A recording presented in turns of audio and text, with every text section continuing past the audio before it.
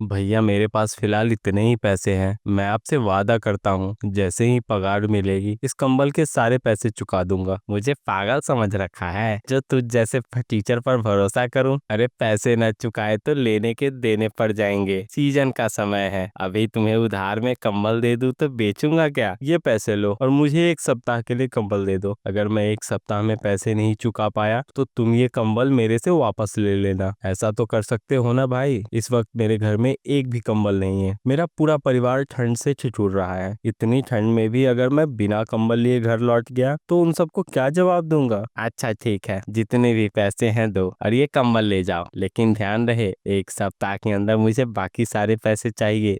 ऐसी क्या वजह थी जो सुभाष को किराए पर कंबल लेना पड़ा? चलते हैं कहानी की शुरुआत में। सुभाष का पूरा परिवार यानी कि उसकी माँ, पिताजी, उसकी छोटी बहन अनु और उसकी पत्नी कंचन सभी एक साथ छोटी सी चारपाई पर फटी पुरानी कंबल में ठिठुरते हुए एक साथ बैठे थे। तभी कंचन बोली, माँ जी शाम होने को है, मैं जरा जल्दी से खाना बना लेती हूँ। ये काम करके आएंगे तो इन्हें भूख लगी होगी। ठीक है बहू, जा बना ले। वैसे भी इतनी ठंड में जितना जल्दी हो सके उतना जल्दी खाना बना लिया कर। ठीक है, आप सभी आराम करो। यहाँ खाना बनाने के बाद जैसे ही चूल्हे में आग बचेगी मैं सबको हाथ सेकने के लिए बुला लूंगी। बहू, अनु को भी अपने साथ ले जा, खाना बनाने में थोड़ी मदद मिल जाएगी। वैसे भी सामने की खिड़की पूरी टूटी हुई है, बाहर की ठंडी हवा सीधे घर में आ रही है। ऐसे में तुझे ठंड लग जाएगी और तू बीमार पड़ जाएगी। इसलिए जा अनु, दोनों मिलकर जल्दी से खाना बना ले।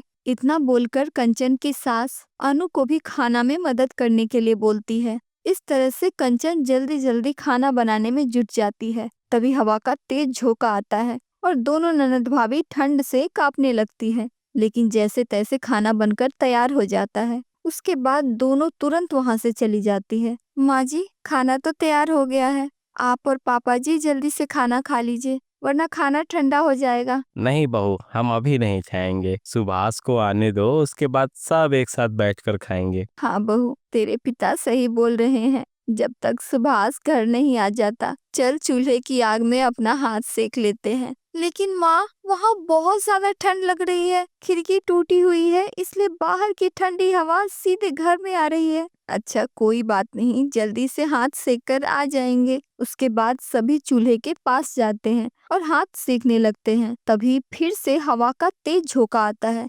जिसे सभी एक बार फिर से कांपने लगते हैं। ओह, ये तो सच में बहुत तेज हवा चल रही है। जितना हाथ सेक रही हूँ उससे ज्यादा तो कांप रही हूँ। हाँ माँ जी, यहाँ खिड़की टूटी हुई है इसलिए हवा सीधे घर में आ रही है। इससे अच्छा तो हम लोग अपने बिस्तर पर ही ठीक थे। फटा पुराना कंबल जरूर था लेकिन कम से कम ठंड से राहत तो थी। इतना बोलकर पूरा परिवार वहां से उठकर वापस अपने फटे पुराने कंबल में चला जाता है। सभी एक साथ बैठकर बातें कर ही रहे थे तभी सुभाष कांपते हुए घर में आता है। कितनी ठंड है, ऐसा लग रहा है जैसे अभी अभी बर्फ से निकल कर आया हूँ। बेटा, हम सब तेरा ही इंतजार कर रहे थे। एक काम कर, तू भी यहाँ इस कंबल में आकर बैठ जा, ठंड नहीं लगेगी। बहू तुझे यही खाना लाकर दे देगी। नहीं माँ, मुझे बहुत ज्यादा ठंड लग रही है। पहले कुछ आग का इंतजाम करते हैं, उसके बाद कुछ सोचेंगे। सुनिए जी, घर में लकड़ी तो नहीं है लेकिन आप चिंता मत करो, आप माँ जी के साथ बैठो, मैं बाहर से कुछ लकड़ी और सूखे पत्ते लेकर आती हूँ। इतना बोलकर कंचन झट से बाहर गई और सूखे पत्ते और सूखी डाली लेकर आती है। उसके बाद उसे जलाकर सेकने के बाद सुभाष को थोड़ी राहत मिली। अरे बहू, जा सबके लिए खाना लगा दे, भूख लग गई होगी मेरे बेटे को। हाँ कंचन, बहुत जोरों की भूख लगी है, ठंड के कारण हालत खराब हो गई। ठीक है जी, आप आराम से बैठो, मैं अभी खाना ला कर देती हूँ। कंचन सभी के लिए खाना लगा देती है। सभी साथ बैठकर खाना खाते हैं। उसके बाद एक ही कंबल में सभी सो जाते हैं। लेकिन जैसे जैसे रात बीतती है ठंड और भी ज्यादा बढ़ने लगती है। एक ही फटे पुराने कंबल होने के कारण कंचन और सुभाष को बहुत ठंड लग रही थी। फिर भी सुभाष को अपने बूढ़े माँ बाप और बहन की ज्यादा चिंता थी, इसलिए वो पूरा कंबल तीनों को ओढ़ा देता है और खुद दोनों पति पत्नी रात भर ठंड से ठिठुरते रहते हैं। अगली सुबह सुभाष कंचन से बोलता है, ठंड तो बहुत लग रही है कंचन, लेकिन क्या करूं, काम करने तो जाना पड़ेगा। अगर काम करना बंद कर दूंगा तो जो भी 2-4 पैसे घर में आ रहे हैं वो भी बंद हो जाएंगे, घर में खाने के लाले पड़ जाएंगे। बात तो सही कह रहे हो,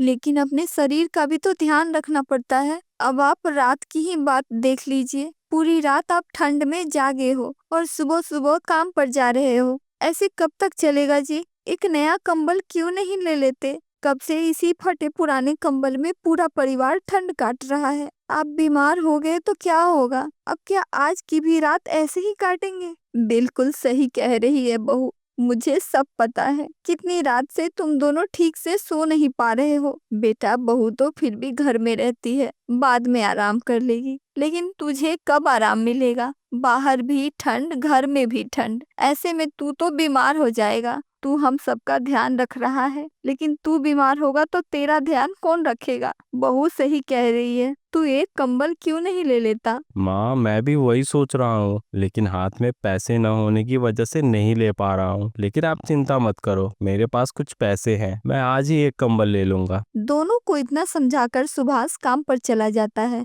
और काम खत्म करने के बाद जब पैसों का इंतजाम नहीं हुआ, तब थोड़े बहुत पैसों के साथ ही वो कंबल की दुकान पर कंबल खरीदने जाता है। दुकानदार उसे कम पैसों में कंबल देने को तैयार नहीं था, इसलिए वो आधे पैसों के साथ किराए पर कंबल लेकर जा रहा था। किसी तरह कंबल तो ले लिया, लेकिन अभी भी इसे अपना नहीं कह सकते। बस कुछ दिन के लिए ठंडी से राहत मिल जाएगी। अब सुभाष जैसे ही कंबल लेकर घर पहुंचता है, सभी घर वाले बहुत खुश होते हैं। अच्छा हुआ बेटा जो तूने एक नया कंबल ले लिया, अब इस बार की ठंड अच्छे से निकल जाएगी। माँ जी बिल्कुल सही बोल रही है, आपने तो सारे कष्ट दूर कर दिए। हाँ भैया, नए नए कंबल में अब तो सोने में मजा आएगा। सभी परिवार नया कंबल देखकर बहुत खुश थे, लेकिन इतनी तारीफ के बाद भी सुभाष को कोई खुशी नहीं होती है। बस वो खुश होने का नाटक कर रहा था। मुझ में इतनी हिम्मत नहीं है कि मैं सबको सच बता सकूं। सभी कितने खुश लग रहे हैं, मैं सच बोलकर सबका दिल नहीं दुखा सकता। उन्हें तो पता भी नहीं है जिस कंबल को वो सब अपना समझकर खुश हो रहे हैं, असल में वो पूरी तरह से अपना है ही नहीं। अपना तो तब होगा ना जब मैं इसके पूरे पैसे चुका दूंगा, लेकिन मैं पैसे कहाँ से लेकर आऊंगा? सुभाष इतना सब कुछ सोच ही रहा था, तभी कंचन बोली, क्या सोच रहे हैं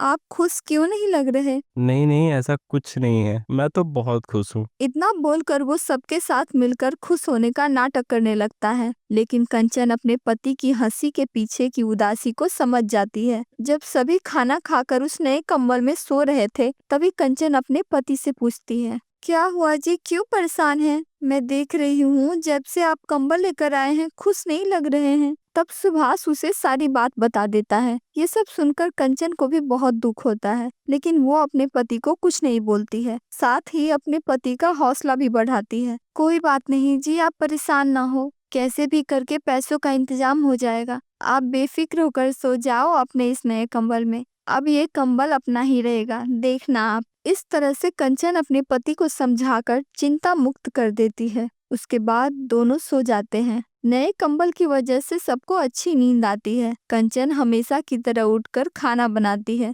उसके बाद अपने पति को खिलाकर काम पर भेज देती है और उसके बाद पूरे परिवार को खिलाकर घर में आराम करने लगती है। आराम करते हुए भी वो पैसों के बारे में ही सोच रही थी कि आखिर कैसे वो अपने पति की मदद करे और कंबल का पैसा चुका सके। इस बारे में वो अपनी सास से बात करती है। माँ जी, मैं सोच रही हूँ कि कुछ काम कर लूँ जिससे थोड़े पैसे घर में आ जाए। अकेले ये कितना काम करेंगे? घर की छोटी मोटी जरूरतों के लिए भी उन्हें ही बोलना पड़ता है। वो खुद इतना परेशान रहते हैं, ऐसे में बार बार घर की जरूरतों के लिए उनको बोलना सही नहीं रहेगा। मैं सोच रही हूँ कि मैं कुछ काम कर लूँ जिससे घर के छोटे मोटे खर्चे निकल जाएंगे। विचार तो तेरे अच्छे हैं बहू, लेकिन तू क्या काम करेगी? उसकी चिंता आप मत करो भाभी, मैं बताती हूँ। कल मैं आ रही थी तब गांव की एक औरत को बात करते हुए सुना कि धनी सेठ के यहाँ एक काम करने वाली चाहिए जो सबके लिए खाना बना सके।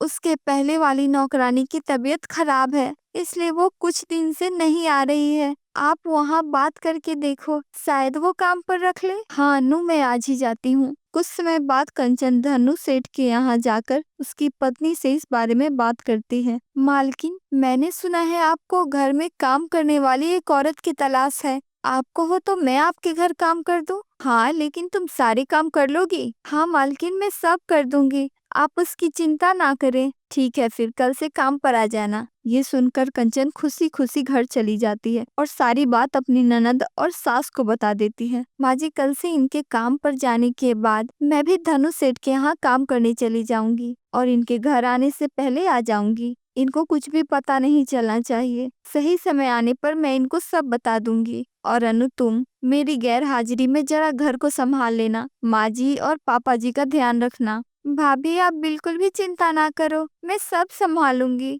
अगले दिन कंचन अपने पति के जाने के बाद धनु सेठ के यहाँ काम करने जाने लगती है और अपने पति के आने से पहले घर आ जाती है। यही सिलसिला लगभग 1 सप्ताह तक चलता रहा। सुभाष को इन सब बात की खबर नहीं थी। वो तो बस कंबल के पैसे जुटाने में लगा था, लेकिन लाख कोशिशों के बाद भी वो पूरा पैसा नहीं जुटा सका। 1 सप्ताह हो गया था, इसलिए वो अपनी पत्नी को बोलकर कंबल दुकानदार को लौटाने की बात करने लगा। जैसे ही वो कंबल उठाकर दुकानदार को देने जाने वाला था, उससे पहले कंचन कुछ पैसे अपने पति के हाथ में दे देती है। ये देखकर सुभाष हैरान हो जाता है। वो आश्चर्य से अपनी पत्नी से पूछा, कंचन, ये पैसे कहाँ से आए? तब कंचन उसे सारी बात बता देती है। मैं भी धनु सेठ के यहाँ काम करने जाती हूँ। मैं उनका काम बहुत अच्छे से कर रही हूँ, इसलिए मैंने उनसे कुछ एडवांस पैसे मांग लिए, जिससे हम उस दुकानदार को कंबल के पैसे चुका सके। सेठानी मेरे काम से खुश होकर मुझे ये पैसे दे दी। अब कंबल लौटाने की जरूरत नहीं है, ये पैसे लो, उसके कंबल के पैसे चुका देना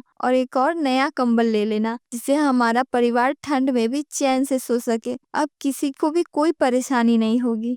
ये सुनकर सुभाष बहुत खुश होता है। वो तुरंत पैसे लेकर जाता है और दुकानदार को दे देता है। साथ ही एक और नया कंबल ले लेता है। एक और नया कंबल आने से सुभाष का पूरा परिवार खुश था। अब किसी को रात भर कंबल के कारण जागना नहीं पड़ता था। सब पूरी रात चैन की नींद सोने लगे और कंबल की गर्माहट के कारण सबकी नींद अच्छे से पूरी होने लगी। जमुना दास अपनी बीवी शकुंतला और 2 बच्चों के साथ एक गांव में रहता था। जमुना दास का परिवार बहुत गरीब था। दूसरों के खेतों में काम करके जैसे तैसे 2 वक्त के खाने का जुगाड़ कर पाता। उसके पास खुद की जमीन नहीं थी और ना अपना घर, इसलिए गांव के जमींदार माखन लाल ने उसे अपने खेत के पास वाला जमीन रहने के लिए दे दिया, जहां वो फूस का घर बनाकर रहता था। ये सब देखकर जमींदार का छोटा बेटा रणविजय अपने पिता पर गुस्सा करने लगा। फ्री की जमीन है, जिसे मन किया बांट दो, इतना दयावान बनने की जरूरत नहीं है। अरे बेटा, जमुना दास सीधा साधा ईमानदार आदमी है। उसे मैंने रहने के लिए एक छोटी सी जमीन दी है, तो वो भी हमारा वफादार बनकर रहेगा। वही रहकर हमारे खेत की रखवाली भी करेगा और साथ साथ मेरे सारे काम भी करेगा। असल में माखन लाल का स्वभाव बहुत अच्छा था। वो प्यार और सम्मान से मजदूर से काम करवाता, इसलिए सभी उसकी इज्जत करते थे। लेकिन रणविजय बहुत गुस्से वाला था। उसे बस काम से मतलब होता। माखन लाल बूढ़ा हो चुका था, इसलिए काम की देखरेख रणविजय ही करता था। इसलिए सभी मजदूर उससे डरते थे। ठंड का मौसम था, गाँव में बहुत ठंड पड़ रही थी। एक दिन जमुना दास काम पर गया था। उसे वापस घर आने में बहुत देर हो गई। वहाँ जमुना दास के बच्चे ठंड से कांप रहे थे। उनके पास पहनने के लिए गर्म कपड़े भी नहीं थे, इसलिए शकुंतला अपने दोनों बच्चे सुशीला और मोहन को पास बिठाकर एक फटे पुराने कपड़े से दोनों बच्चों को ढक देती है। लेकिन उस फटे पुराने कपड़े से कहाँ ठंड जाने वाली थी। माँ, बहुत ठंड लग रही है। हाँ माँ, मुझे भी ठंड लग रही है। इस कपड़े से ठंड बिल्कुल भी खत्म नहीं हो रहा और धूप भी बहुत तेज लग रही है। ये भगवान, ये कैसी लाचारी है। मैं अपने बच्चों को पेट भरकर खाना भी नहीं खिला सकती, ना ही घर में इनके लिए गर्म कपड़े हैं। तुम्हारे बापू खेत में काम करने गए हैं, जैसे ही घर आते हैं कुछ इंतजाम जरूर करेंगे। काफी देर इंतजार करने के बाद जमुना दास घर आता है। आप आ गए?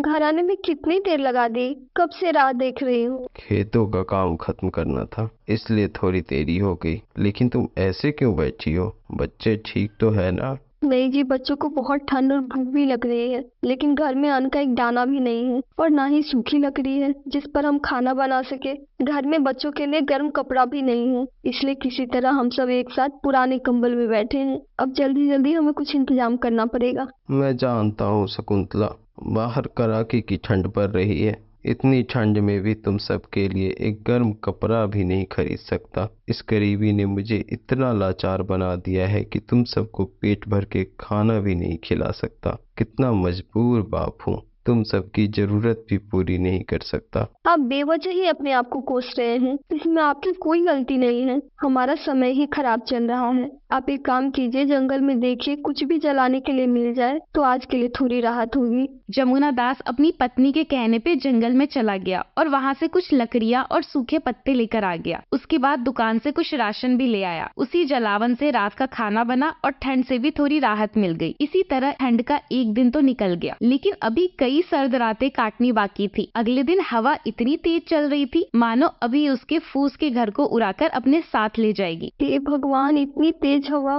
ये सर्दी तो हमें जीने नहीं देगी। अब शकुंतला ने जैसे तैसे करके रात का बचा खाना सबको गर्म करके खिलाया। खाना खाकर जमुना दास काम पर जाने लगता है। तभी उसकी पत्नी शकुंतला बोली, सुनिए जी, अभी तक तो काम चल गया, लेकिन रात को खाना बनाने के लिए घर में कुछ भी नहीं है। रात का खाना कैसे बनेगा? कल तो राशन का सामान उधार ही लाया था, पता नहीं आज देगा भी या नहीं। मालिक से कुछ पैसे उधार क्यों नहीं ले लेते? बाद में काम करके चुका देना। ठीक है शकुंतला, आज मालिक से बात करके देखता हूँ। तुम बच्चों का ध्यान रखना, मैं जल्दी आने की कोशिश करूँगा। इतना बोलकर जमुना दास काम करने चला गया। जमुना दास भी ठंड से ठिठुरते हुए खेत पहुंचा और काम करने लगा। ज्यादा ठंड होने के कारण वहां काम करने वाले बाकी सभी मजदूर ठंड से कांप रहे थे, इसीलिए सभी मजदूर काम छोड़कर आग जलाने का इंतजाम करने लगे। भाइयों, पहले हाथ पैर सेक लेते हैं, बहुत ज्यादा ठंड पड़ रही है। ऐसा लग रहा है जैसे हाथ पैर जम गए। अरे भाई, जान है तो जहान है। इतना बोलकर सभी मजदूर काम छोड़कर आग सेकने लगे। जमुना दास भी सबके साथ हाथ पैर सेकने लगा, लेकिन उसे अपने से ज्यादा अपने घर की चिंता लगी रहती। यहाँ इतनी ठंड है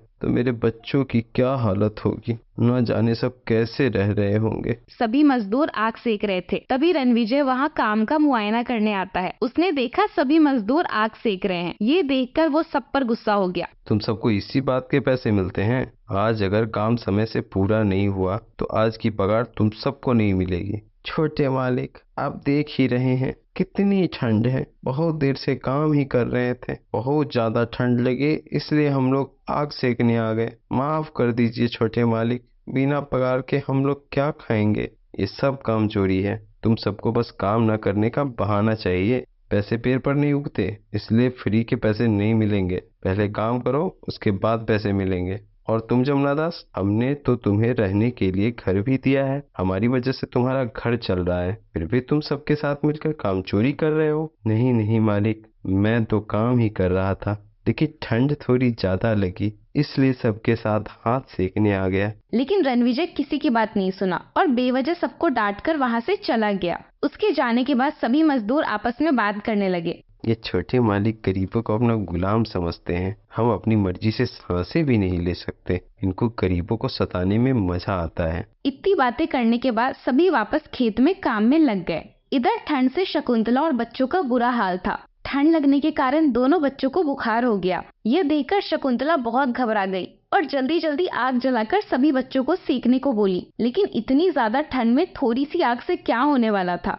सब ठंड से ठिठुरी रहे थे। तभी अचानक तेज आंधी का झोंका आया और शकुंतला के फूस के घर की छत टूट गई। अभी उसके बच्चों का बुखार भी खत्म नहीं हुआ था और एक और नई मुसीबत उसके घर आ गई। अब इतनी तेज ठंड में अकेली माँ अपने बीमार बच्चों को कैसे संभालती? जमुना दास भी घर पर नहीं था। हे भगवान, इतनी ठंड में बच्चों को लेकर कहाँ जाऊँ? मैं उनके आने तक का इंतजार नहीं कर सकती। यही सोचकर शकुंतला अपने दोनों बच्चों को लेकर घर के बाहर निकल जाती है। इधर जमुना दास भी काम खत्म करने के बाद मालिक से पैसे लेने जाता है। उसने मालिक से थोड़े ज्यादा पैसे मांगे, लेकिन रणविजय ज्यादा पैसे देने से मना कर देता है। जमुना दास की हालत खराब देखकर भी उसके छोटे मालिक को जमुना दास पर दया नहीं आई। इसलिए कुछ समय सोचने के बाद जमुना दास अपने बड़े मालिक से एक कंबल मांगता है। माखनलाल की पत्नी को जमुना दास पर दया आ गई, इसलिए वो माखनलाल को बोली, दे दीजिए जी, काम तो हमारा ही करता है, इतनी ठंड में बेचारा कहाँ जाएगा। इतनी बात सुनने के बाद माखनलाल उसे एक मोटी कंबल दे देता है। बहुत बहुत धन्यवाद मालिक। अब तो राशन खरीदने दुकान पर जाता है। तब दुकानदार उसे बोला, देखो भाई,